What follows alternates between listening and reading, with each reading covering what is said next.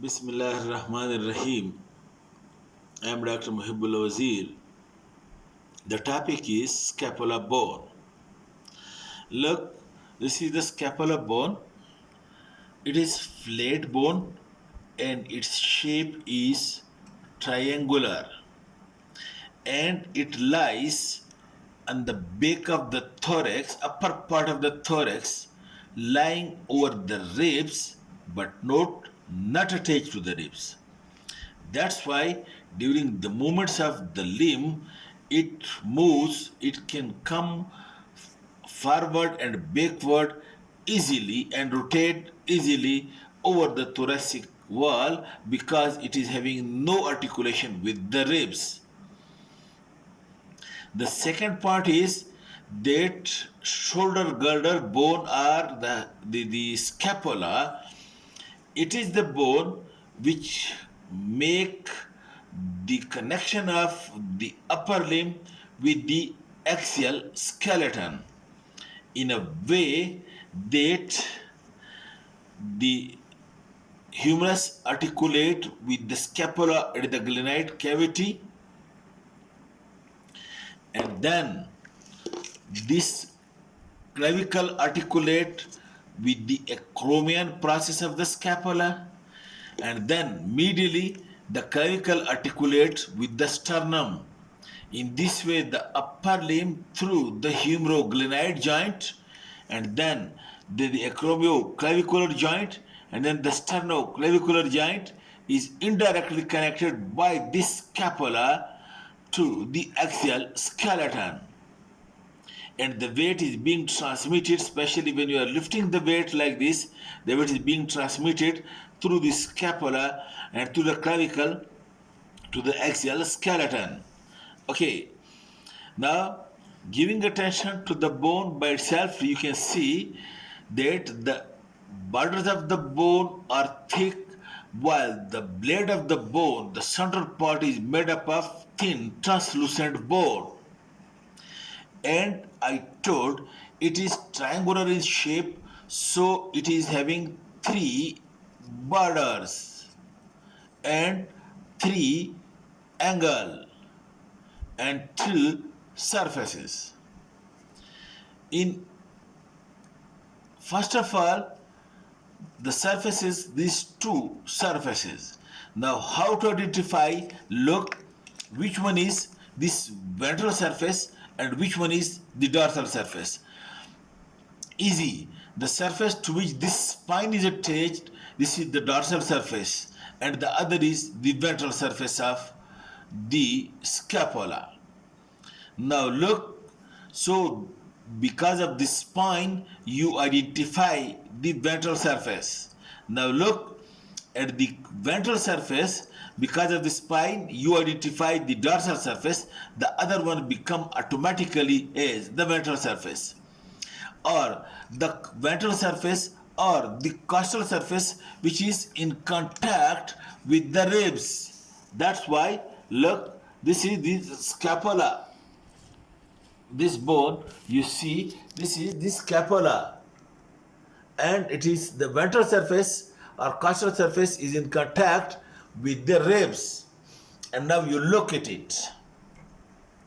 This ventral or costal surface, it is concave, bounded by this lateral border, which is identified by the glenoid cavity. That is the border which starts from the glenoid cavity, that is the lateral border. Automatically the other one become the medial border. So this costal or ventral surface concave and bounded by this medial and lateral border, and you can see these ridges present in it, usually three in number. These ridges, are it clear over here? And these ridges, and from this costal surface, the medial part of this costal surface up to here originate. You look, you can see from it originate, it is wholly occupied by this subscapularis muscle. This is originating and present in it. There are 2 or 3 intermuscular septa, fibrous tissue septa present among the muscle bundles, and this septa produces these ridges in this bone. These ridges are being produced by the attachment of the intermuscular septa of the subscapularis muscle. Note, the subscapularis originates from this medial part, while over here in this lateral part, the bone does not attach to the muscle does not attach to the bone, but over here is present a bursa, subscapular bursa, a big bursa, which usually is being connected to the joint cavity through a hole or through a foramen in the capsule. And then to the medial border of the scapula, look this muscle, which you can see that these digitations of serratus anterior, and this serratus anterior is being attached, look, on the left side. This is the left scapula. These digitations of the serratus anterior attached to the medial border, ventral surface of the medial border of the scapula. So in this way, look, this is the left scapula. To the ventral surface is attached the subscapularis, and to the ventral surface of the medial border is attached the serratus anterior muscle. Okay, and then you come to the dorsal surface. You note the dorsal surface is being divided by this blade. Look, this blade, which is called as spine of the scapula. It is being divided into 2. This upper one is the supraspinatus, and the lower one is the infraspinatus or infraspinous fossa. And this spine of the scapula you can feel easily in the living. Now note, look it over here. This is the spine of the scapula. Make it clear, close, which divides the scapula into supraspinatus fossa and infraspinatus fossa. And you can see the supraspinatus fossa is being occupied by supraspinatus muscle, and the infraspinatus fossa is being occupied by infraspinatus muscle. These 2 muscles originate from the supraspinatus fossa and from the infraspinatus fossa. And the dorsal surface is being divided by this spine of the scapula into 2, supra and infraspinatus fossae. And now at this point, we take the advantage that we describe the spine of the scapula as well. Now look, this is a blade. Look, this triangular blade. Look, this triangular blade-like structure, this is being called as spine of the scapula. And this blade by this border is attached to the dorsal surface, and this border of the spine, this triangular spine, with the help of which it is attached to the dorsal surface, this is called as anterior border. And this border is then automatically, look, this is then the posterior border, and the posterior border is also called as crest of the spine of the scapula, crest of the spine. And then this border is called as the lateral border. Now look, this is the anatomical position. This is the lateral border of the spine, and this is the posterior border of the spine, which is called as crest of the spine, and this is the anterior border of the spine, with the help of which it is attached to the dorsal surface. And now this posterior border of the spine, which you can see over here as well, this is also called as crest of the spine of the scapula. And you can see it is flat, and it is having this upper margin and this lower margin of the crest only. Note the point. This is the superior margin and inferior margin of the posterior border of the spine or the crest of the spine. And note that, look over here, bring from the front side. Look, this is the clavicle.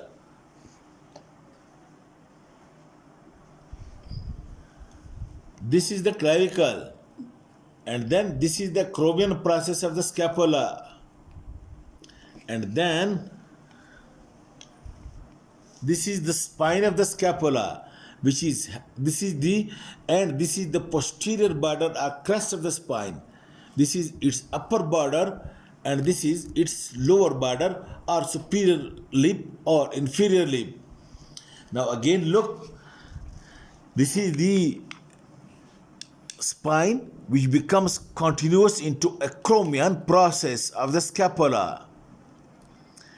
And note that the bone at the top of the shoulder over here that you feel in your own or in the human, this is the acromion process, the bone at the top of the shoulder. And now you look over here, look, on this side, you look, the deltoid muscle originate from the clavicle. Then you can see from the lateral border of the acromion process, and then you can see from the inferior lip of the spine of the scapula. This is the deltoid, the V-shaped origin of deltoid. While to the clavicle upper border, you can see, look, this muscle,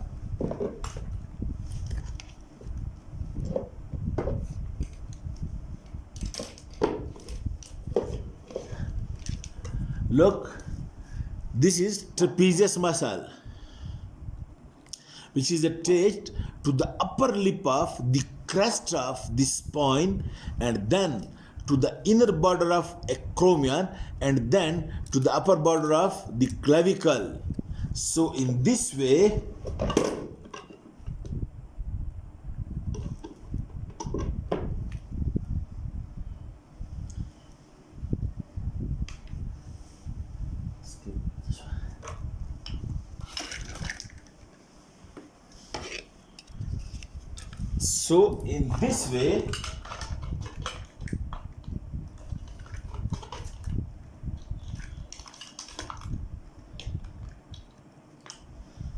in this way, you note over here to this lower border is attached to this deltoid, and which originate then from the lateral border of the acromion, and then it originates from the clavicle. While to the upper lip over here is attached, you can see the trapezius muscle to the upper lip of the spine, and this inner border or medial border of acromion is attached the trapezius, and to the lateral border of the acromion and to the lower lip of the spine is attached the deltoid or origin of deltoid. And at the most medial border over here, there is a rounded elevation which is called by the old anatomists as the deltoid tubercle. But note the point that the deltoid muscle is not attached to it. The trapezius is being attached over here, but its name is because it is delta shaped. Because of that, it is being called as deltoid tubercle at the most medial part of the spine of the scapula. Okay, so to the posterior border or crest of spine having two lips, to the upper lip is the trapezius, and to the lower lip is deltoid. And then you follow, this is again the left scapula, keeping in mind, you follow the spine, it becomes continuous with a rectangular shaped process which is being called as acromion process of the scapula. And I told you the bone at the top of the shoulder which you feel, that is acromion process of the scapula. And to the medial border, in continuation with the upper lip is attached the trapezius, and to the lateral border in continuation with the lower lip is attached the deltoid. And then you can see, make it close, many ridges present at the lateral surface of the deltoid, the acromion process. From this lateral border actually originate this multipinnate strong fibers of the deltoid muscle. This and over here are present the intramuscular septa, and these intramuscular septa then produce these ridges in the lateral border of the acromion process. And you can see it now over here clearly. This is the original deltoid from the lower margin, then the acromion process, and then the clavicle. Okay. Then at the medial surface of the acromion process, you will see this articular facet. Is it clear? In this articular facet, this articular facet is for articulation with the lateral end of the clavicle to form the acromioclavicular joint. This articular facet is for the clavicle. And then, okay, and then the lateral border of the spine, look again, this is the left scapula. I told you, this is the anterior border, this is the posterior border, which is also called as crest, and this is the lateral border of the spine. And this lateral border of the spine, along with the neck of the scapula, it over here, it bounds a notch which is being called a spinoglenoid notch. And passing through this spinoglenoid notch from the supraspinatus fossa to infraspinatus fossa is the suprascapular nerve and suprascapular artery. It passes through this spinoglenoid notch from the supraspinatus fossa into infraspinatus fossa, and this notch is between the lateral border of the spine and the dorsum of the neck of the scapula.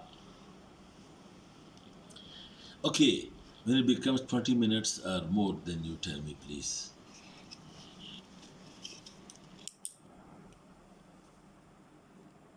Okay, 4. All right. Then, so we discussed the ventral surface or costal surface, and then the dorsal surface.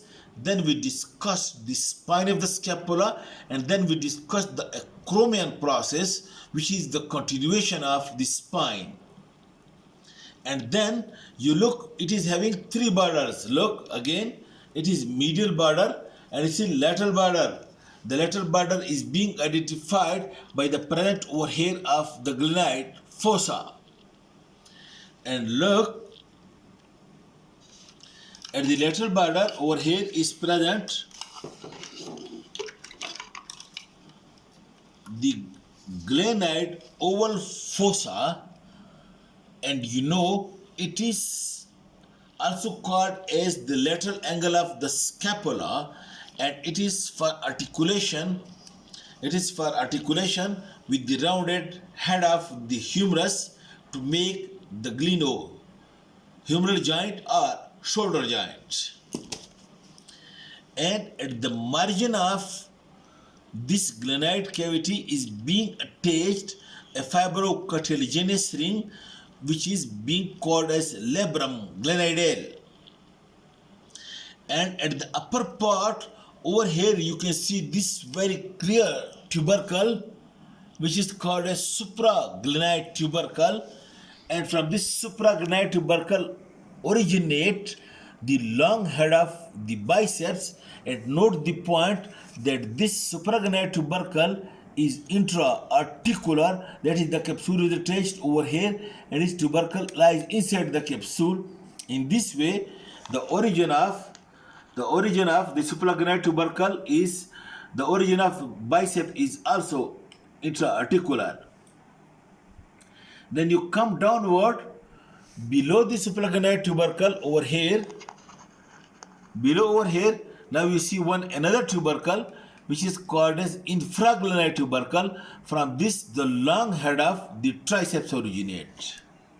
From this long head of biceps and from this long head of triceps, and then from lateral border over here, note from this lateral border over here originates three muscles. Note this point. From over here, long head of biceps, from over here, long head of triceps, and then from this linear area on the dorsal surface originate the teres minor. And this groove present over here, this is for the circumflex scapular artery coming from ventral to dorsal along the lateral border. And then this soft artery, it produces a groove over here through the origin of the teres minor. And then lower down over here, there is the origin of the teres major. And from the dorsum of inferior angle lowermost part is the attachment of some fibers of latissimus dorsi. You look it over here. Look, this is the long head of the biceps, and then this you can see long head of triceps, and then this you can see this is the teres major, and then this you can see this one, look, seems to be the part of inferior pattern. This is the teres minor. Teres minor, and then this one is from the lower part, from the rounded area over here. You can see this area from this rounded oval area on the dorsum of lateral border. This is from the teres major, where from this linear area along the lateral border on the dorsal surface is the origin of teres minor, and this groove is for the circumflex scapular. Okay. Now the rest part we discussed in the next lecture. Okay, thank you.